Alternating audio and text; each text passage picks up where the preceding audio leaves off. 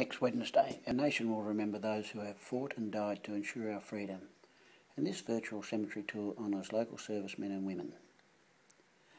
This talk is brought to you by Bev Hansen and has been coordinated by Bev and Greta Balsillie, who are volunteers with the Bendigo Cemeteries Trust. This group occupies the former sexton's residence at the Bendigo Cemetery, which is open every Wednesday and the first whole weekend of each month between the hours of 11 and 3 p.m. Group tours of the centre and local cemeteries can be organised outside these hours. When researching this tour, there were so many service personnel to choose from that the task was an extremely difficult one. This virtual tour focuses on the ordinary soldier, sailor, airman and nurses, which meant we have omitted others like Sir Gilbert Dyett, former President of the RSL, and Sir George Lancel, who made a gift of the cenotaph to Bendigo. Their stories were told in a static display at the Bendigo Cemetery Learning Centre and Chapel during April and November. The Bendigo Chapel Cemetery. Prior to the Vietnam War, service personnel who lost their lives while on active duty were buried on the battlefields or in war grave cemeteries. So many of the sites shown are actually family graves on which is made mention of the loved ones who made the ultimate sacrifice. We commenced this tour at the Whitehill Cemetery, which is the oldest still operating burial ground managed by the Bendigo Cemeteries Trust. The earliest burials to this site were recorded in 1853, 2 years after the discovery of the gold at the rocks in Golden Square. Entrance to the Whitehill Cemetery. Major Robert John Moorehead, a local storekeeper, was a member of the Prince of Wales Light Horse. Arriving on the Bendigo diggers about 1853, R.J. Moorehead was employed as an agent for Dorr & Co. before purchasing the business in 1857.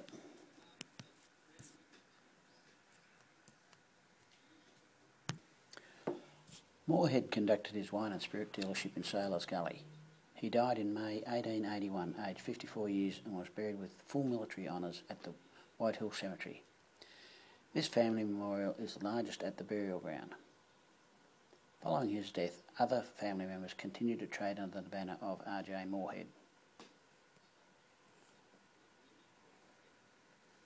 We next visit the grave of Sydney Bolitho, an Anzac who rose to the rank of Staff Sergeant.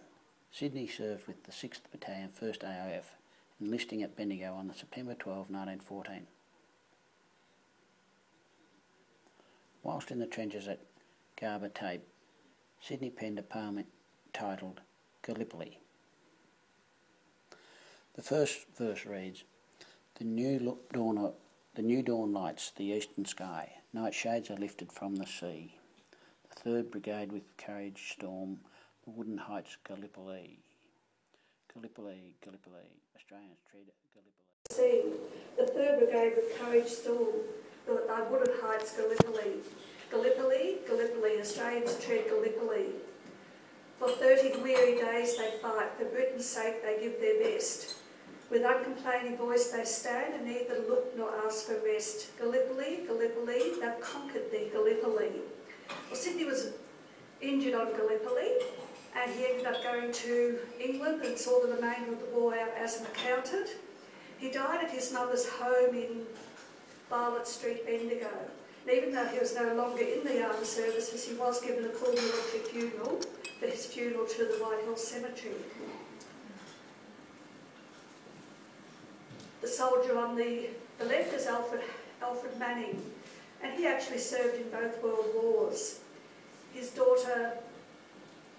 granddaughter, Lois, remembers him reminiscing about serving at Kiowa during the breakout of the Japanese prisoners there, and he said he defended the town in his pyjamas. When he came back from the First World War, he actually worked the boys' farm, was it, in Flora Hill? And he died doing what he loved best, playing piano accordion at a family party. I don't have to read this one.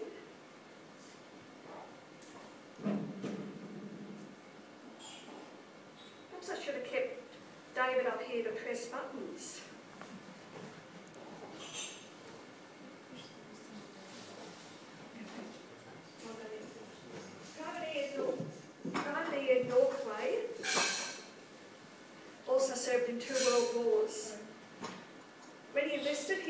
farmer from Durham. He was presumed killed in the Toll Plantation atrocity, which took place on the 4th of February 1942. When the Japanese invaded, many of the Australians surrendered, and they were taken to the plantation where they were bayoneted.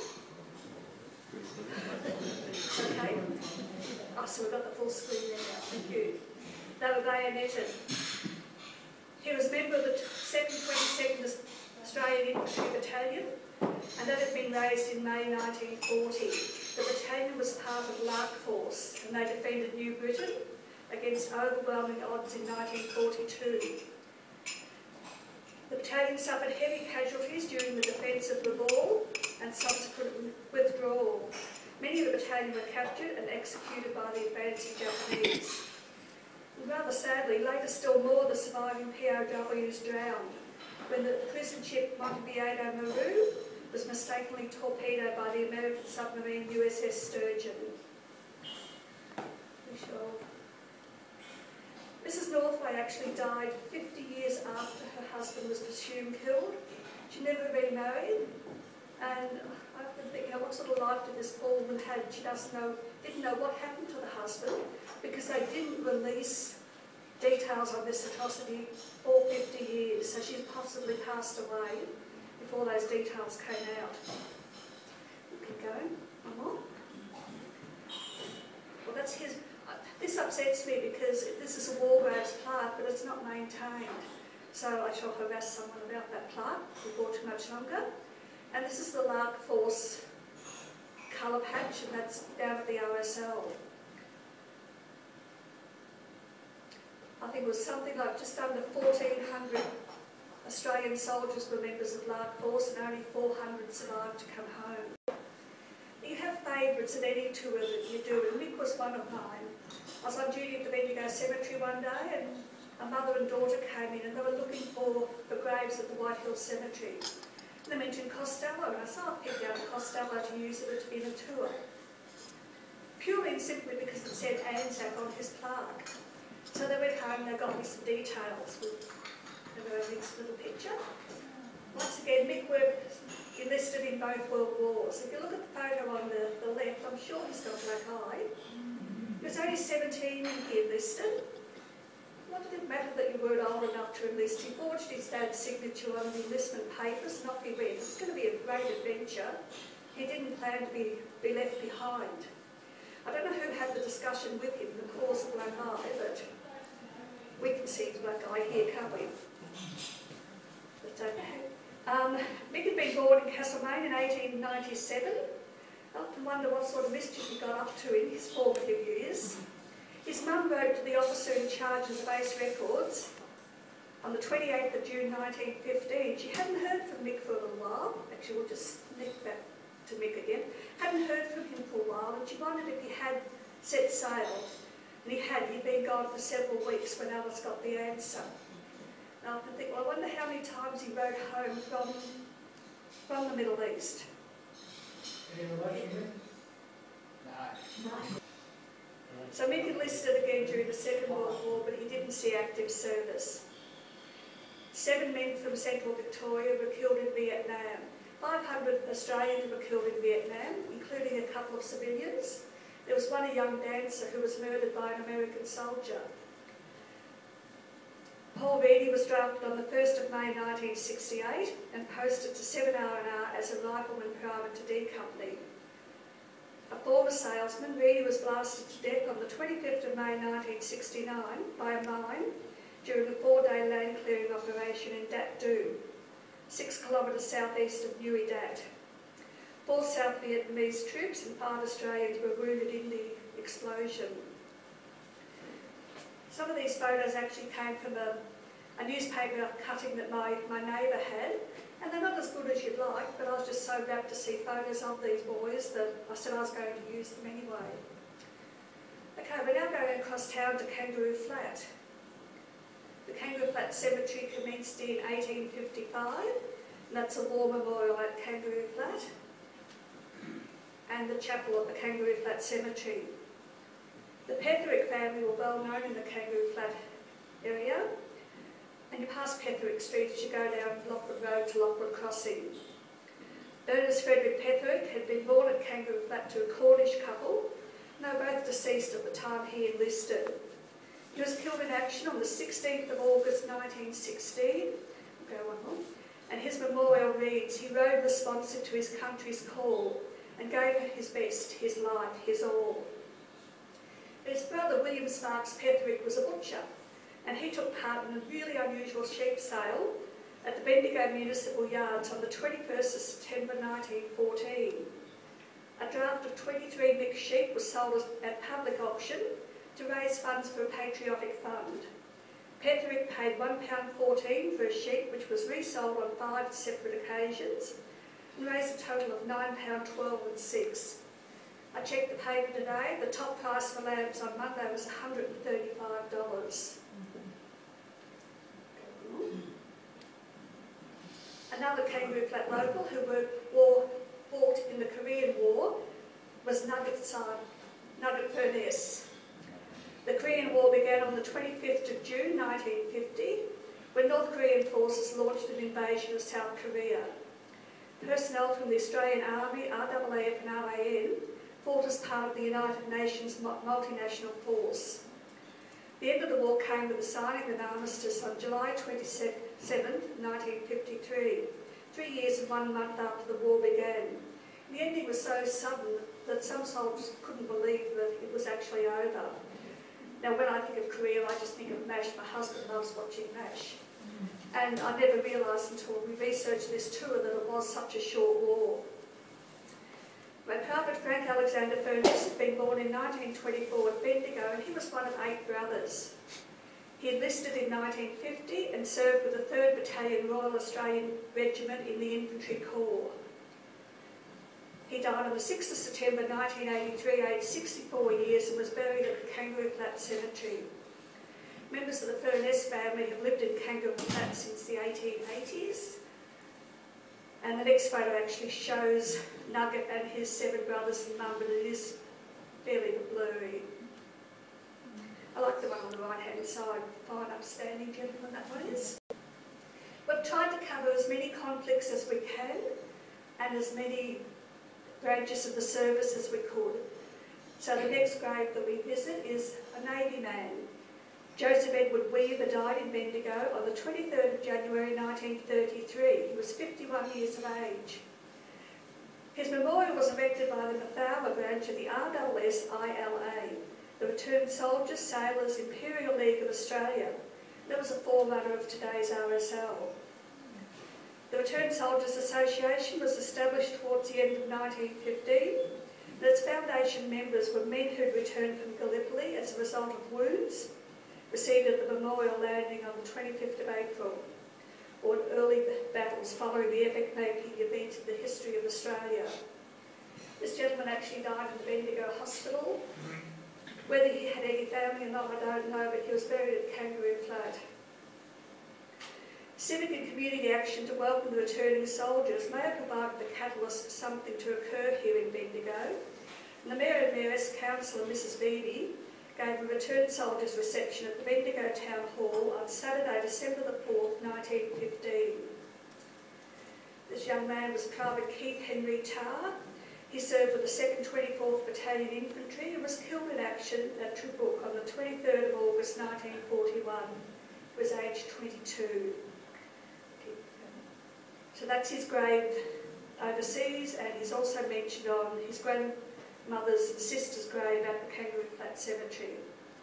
Keith was the 3rd son of William and Sophia Tarr, and he'd been born at Crusoe near Kangaroo Flat.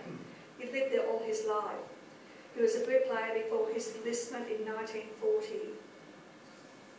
As I said, we tried to cover all branches of the service, so next we're going to the RAAF. And 2 well-known Kangaroo Flat names are Hazeldene and Horsfall, and both these men served with the RAAF. Cyril died on the 18th of May 1987, and journalist David Graham Horsfall on the 7th of June 1998. Another young national serviceman was David John Thomas, And he was killed in action in South Vietnam on August the 18th, 1966, and he was aged 21. David was one of 18 brave Australians killed in the Battle of Long Tan. We've actually got a photo here. That's the original Long Tan cross, and that was removed to go on a priest's grave. And the next photo will be the current Long Tan cross. In November 1964, the government announced a decision which divided the nation and still remains controversial today. Australian youths would be conscripted by ballot for military service and for the first time sent outside Australian territories to fight if required. On April the 29th, 1965, Australian units were committed to the war zone in Vietnam. David Thomas was passed over by the birthday ballot but volunteered for the army. The enlisted rifleman private was 6 R&R, had worked as a labourer and devoted his spare time to the Salvation Army before he signed up on the 6th of September 1965. He died 11 months later from gunshot wounds to the chest. And even though it says 17 soldiers there, the records say that there were 18.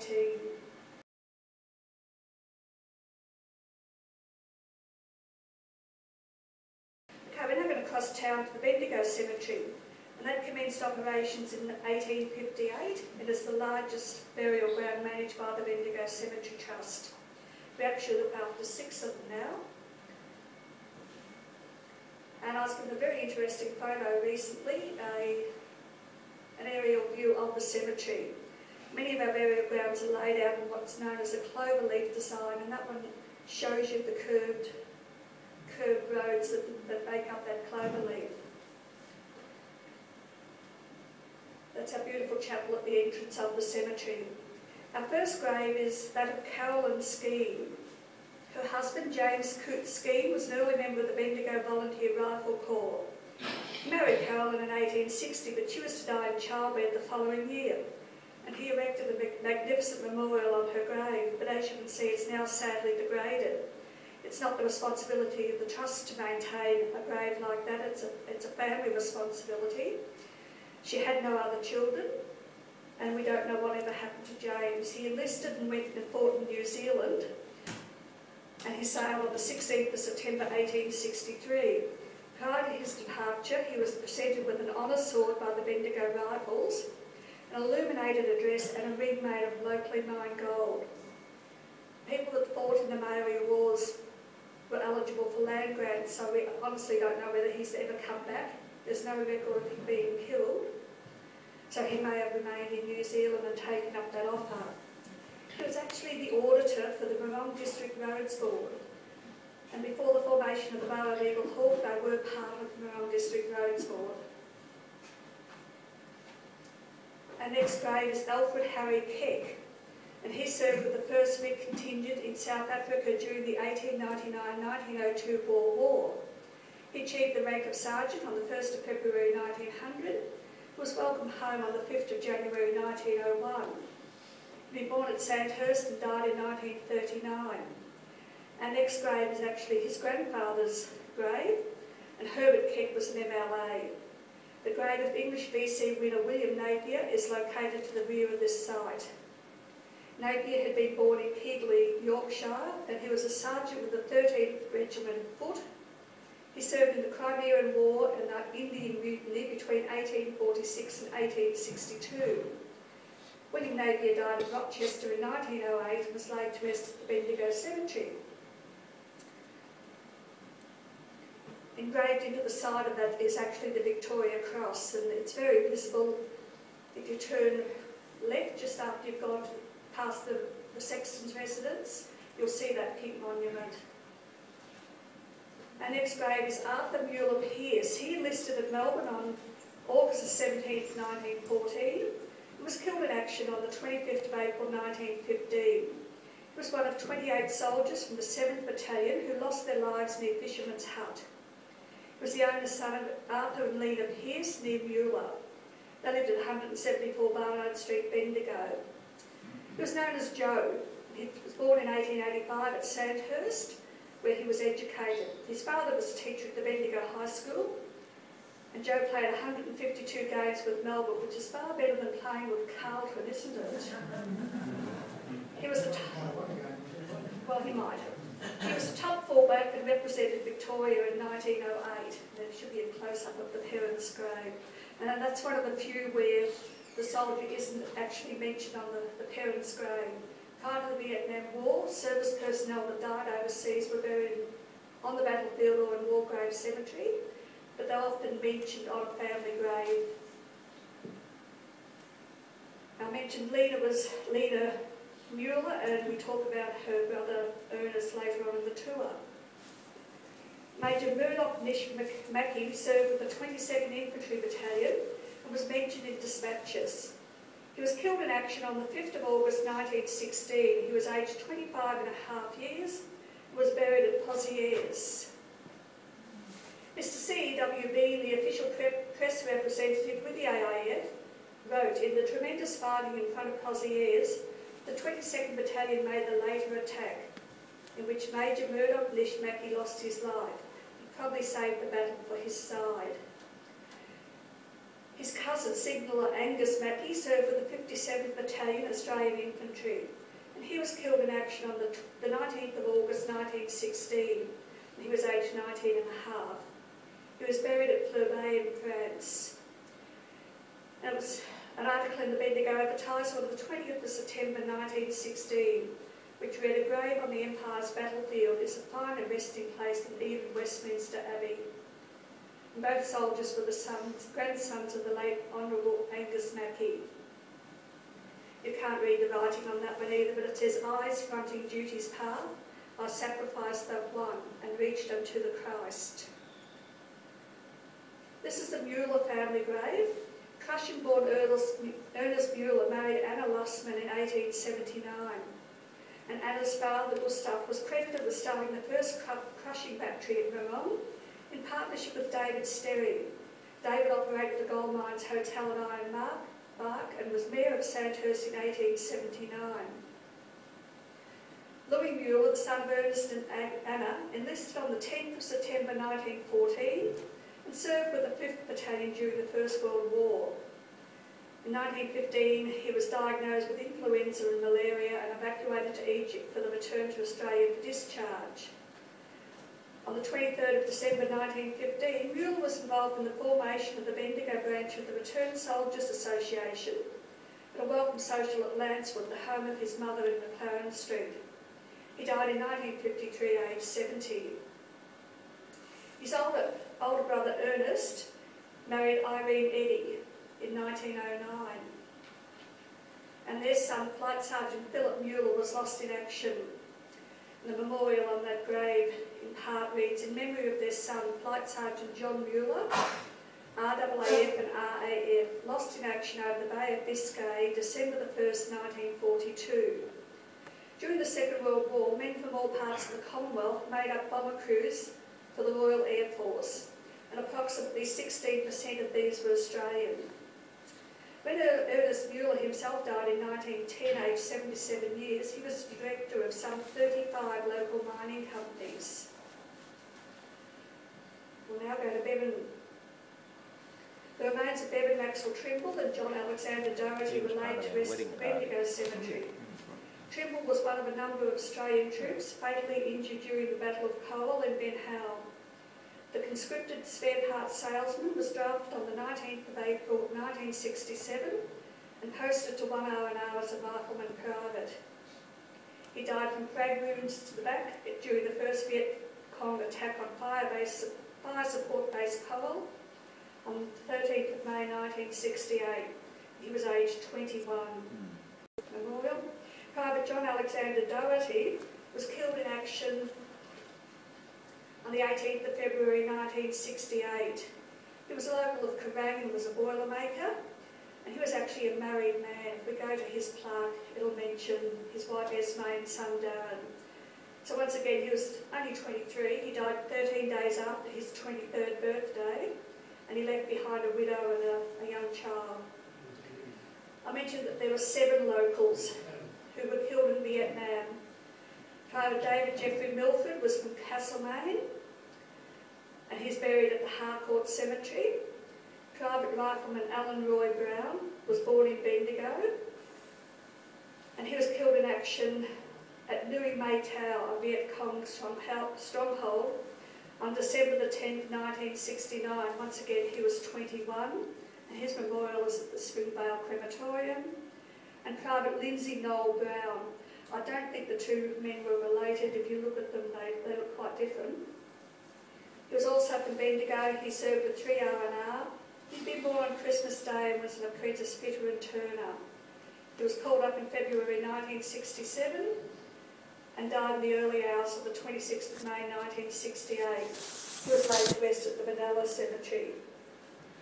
Now, it wasn't only the men that fought during the different theatres of war. Many local women also served. Local nurse, Sister Mary Emma Hines from Inglewood, which is just up the road from Bridgewater, was the first Australian woman to die in active service. She succumbed to pneumonia on the 7th of August 1900 during the Boer War, and that's the Inglewood War Memorial, and there's a plaque there for the people that participated in the Boer War. Our next grave is Sister Mary McElroy. She served during World War I at Lemnos, Egypt, France, England and Italy. And she was mentioned in dispatches in France. She was aged 30 when she embarked from Sydney on the 15th of May 1915 and returned to Australia on the 27th of February 1919.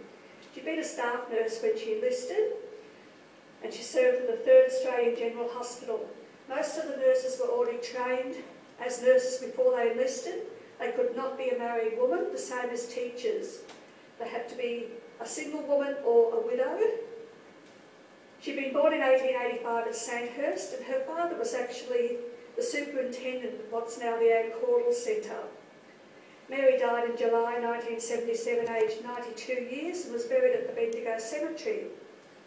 Post-war, she was the matron of the Diggers Red Cross Home, which was called Bishop Court, and the writing's shifted on that, hasn't it? You'll now know it as Langley Hall. It was established at the close of the war, and it closed in 1926, and 872 inpatients had been assisted at that establishment. Next one, Staff Nurse May Hennessy, and she worked with the Australian Army Nursing Service, and she died on the 9th of April 1919 at Geelong, aged 25. She's also buried in Bendigo. She was 23 when she embarked from Melbourne in June 1917, and she joined up on the 6th of June. Her next of kin was her mother, Mrs. H. Hennessy, with Mackay Road, Bendigo. Now, last nurse is Sister Joan Connell, and she died on the 17th of May 1942 at Ascot Vale. She was aged 26, and she died from illness. She'd been issued service number 103 and served with the RAAF nursing service. We're now going to cross town to Eaglehawk. Eaglehawk Cemetery started in 1864, so it's only of 80 compared to some of them. Eaglehawk has a connection with two men who are well out of order here. Doesn't matter. We're flexible. We'll talk about Sidney Elliott. Sidney Howard Elliott enlisted in Bendigo on the 18th of August 1914. He saw service for the 7th Battalion and was killed in action on April the 25th, 1915, in the fighting which followed the landing on Gallipoli. There'll be a close-up of that one. He was a blacksmith, and he'd been born at Eaglehawk to George and Elizabeth Elliott. Sid was educated at the Eaglehawk State School. He was a member of the Eaglehawk Fire Brigade, and he was presented with a shaving outfit by the Captain W.J. Coast before his departure. He also attended the West Methodist Church, and he's mentioned, that's actually Sid, he's mentioned on the honour roll at the West Methodist Church, and also the honour roll in the council chamber at the Eaglehawk Town Hall.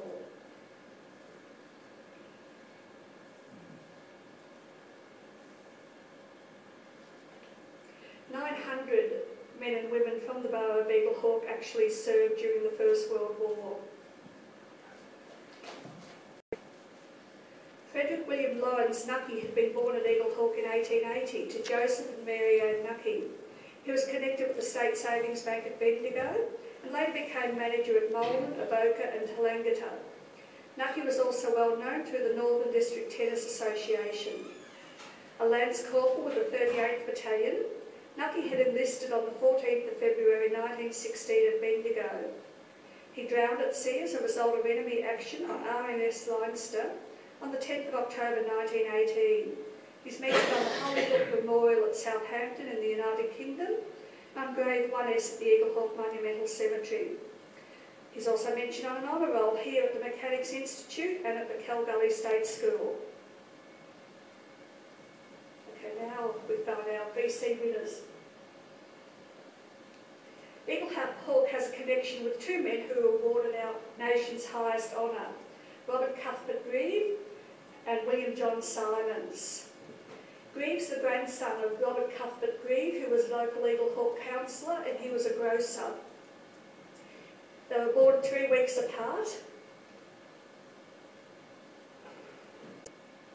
The premises that Robert Cuthbert-Grieve occupied were the tiny part beside the current, or as part of the current news agency. It was only 15 foot wide and it was known as the Glasgow Store. So he's the grandson of a grocer. Young William left school when his father died and worked at the grocer, and those premises are now part of Kangaroo Park. Both men became commercial travellers post-war, and they both married women with the name Isabel as part of their names. They married only 8 days apart. So William John Simons served for the 7th Battalion AIF. He was awarded the BC for most conspicuous bravery on the night of the 8th and 9th of August 1915 at Lone Pine on the Gallipoli Peninsula. Captain Robert Cuthbert-Grieve was awarded the Victoria Cross for his actions at Mezzanine on the 7th of June 1917. He was severely wounded by a sniper in this action and evacuated to England. This is William's grandparents' grave, which is in the Eaglehawk Cemetery, and it's perhaps 2 up from Nucky, just after you go through the front gate. William he met Isabel in England, and they married, and they came to Australia soon after. And she gave birth to 2 children while she lived in Australia, but she was terrified of the bird-eating spiders. I don't know how many of you have encountered a bird-eating spider, but Isabel had heard about them, and she couldn't settle here in Australia, so they went back to England where a 3rd daughter was born. Simons was invested with his BC by His Majesty King George V at Buckingham Palace on the 4th of December 1915. And he attended the coronation of His Majesty King George VI on the 12th of May 1937, accompanied by his Australian-born daughter, Eve. I just loved the buckles on his shoes. William J. Simons died on the 24th of June 1948, and his cremated remains were scattered. And R.C. Grieve passed away on the 4th of October 1957. I'm not sure where that plaque is. It's in England somewhere. I actually correspond with his granddaughter, so that's how I know about these bird-eating spiders.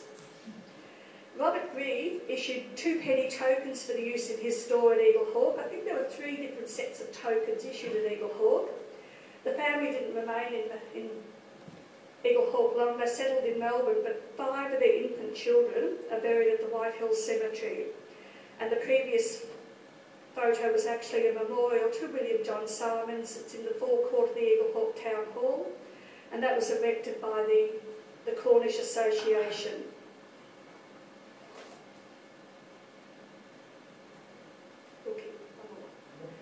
Squadron leader Ian Alfred Lyons, also known as Joe, was well known and well loved in the Eaglehawk community. Joe was born at Bendigo on the 16th of February 1915, the second son of Dr. Alexander and Mrs. Amelia Lyons. He grew up in a family home in Church Street, just opposite the Eaglehawk State School, where he was educated.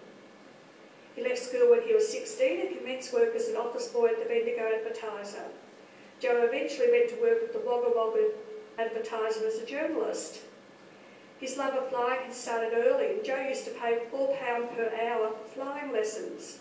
He joined the RAAF in April 1940 and figured largely in the annals of desert serial warfare.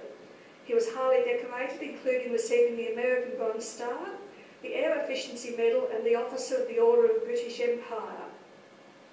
Joe rose to the rank of squadron leader and saw service not only during the Second World War but also in Korea.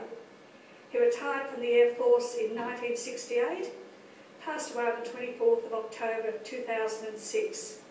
Now people tell me that Joe used to buzz the family home and drop his kit bag containing the dirty washing and sometimes cigarettes, but his aim wasn't always good. Sometimes that bag landed in the state school yard instead of over the road. Now he was engaged to a teacher at the state school, so I think the next little story was a planned flyover. We have two letters that were written on the 28th of November 1940. Max Stevens wrote, "Dear Airman, I saw an aeroplane yesterday and the man pointed the gun at us. It was yellow and orange." Now I don't know if that's the aeroplane or the gun. It went over 6 or 7 times. Once it turned over on its side, turning a corner. Another time it just missed the lamppost, then it missed the 4th grade a couple of times. The first time it nearly hit the belfry by an inch. And June Davey wrote, "Dear Airman, you were very clever to fight like you are. While you were over there, shoot Hitler, will you please? How did you like the aeroplane yesterday? You nearly hit the school roof and you gave me a fright. I'd like to fly like you do. You have a lovely aeroplane. Your friend June Davey." Now, Joe faced a court-martial at one time for contravening the low-flying regulations. I hope those letters didn't form part of the evidence. I don't know the result of the case.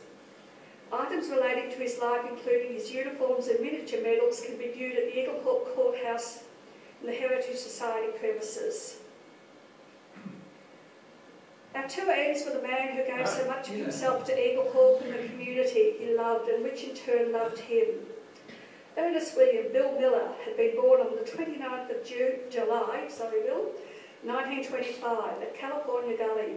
When he joined the Navy, he was described as being 5 foot 2 and 5/8 inches tall, with dark brown hair and brown eyes, and a cheeky grin. They left that bit off.